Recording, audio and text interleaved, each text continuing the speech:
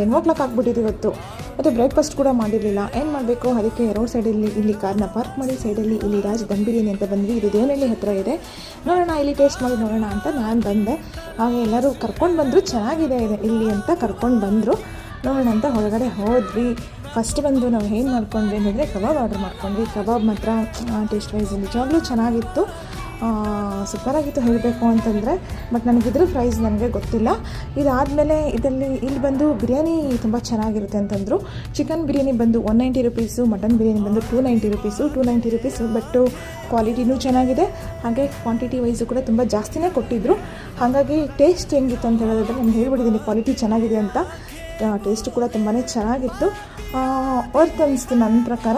ಸ್ವಲ್ಪ ಕಾಸ್ಟ್ಲಿ ಅನಿಸಿದ್ರು 290 ಅಂದ್ರೂ, ಬಟ್ 290ಗೆ ತಕ್ಕಂಗೆ ಕೊಟ್ಟಿದ್ದರು. ಕ್ವಾಲಿಟಿ ಆ್ಯಂಡ್ ಕ್ವಾಂಟಿಟಿ ಎರಡೂ ಚೆನ್ನಾಗಿತ್ತು. ಇದನ್ನು ಮುಗಿಸ್ಕೊಂಡು ಹಾಗೆ ಊರ ಕಡೆ ರೈಟ್ ಹೇಳಿದ್ವಿ ಅಷ್ಟೇ. ಬಾಯ್ ಬಾಯ್.